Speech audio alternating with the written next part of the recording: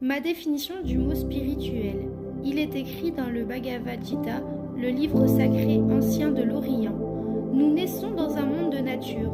Notre deuxième naissance s'opère dans un monde spirituel. Ce monde de l'âme est souvent dépeint comme distinct et séparé de notre monde physique. Selon moi, il est préférable de concevoir que le spirituel cohabite avec le physique, plutôt que de séparer ces deux dimensions de notre réalité. Les deux ne font qu'un. Le spirituel nous fait voir ce que nos sens sont incapables de mettre en évidence, comme ce vent ressenti mais invisible à l'œil. Deux grands saints venant de coins différents du globe et prônant différentes convictions religieuses ont décrit le spirituel en ces termes. L'âme est la vie de Dieu qui s'épanouit en nous. Sainte Thérèse d'Avila. Tout ce qui attire l'esprit vers le monde extérieur n'est pas spirituel, et tout ce qui amène l'esprit vers l'intérieur est spirituel. Ramana Maharshi.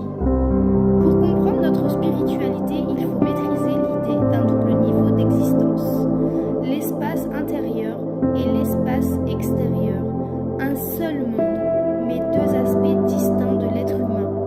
Je me suis liée d'amitié avec une personne qui compare le monde physique à une ampoule et celui de la spiritualité à l'électricité.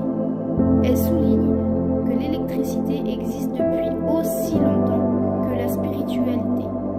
Mais ce n'est pas une religion. De la même manière, lorsque je parle de spiritualité, il ne faut pas en faire le synonyme de religion.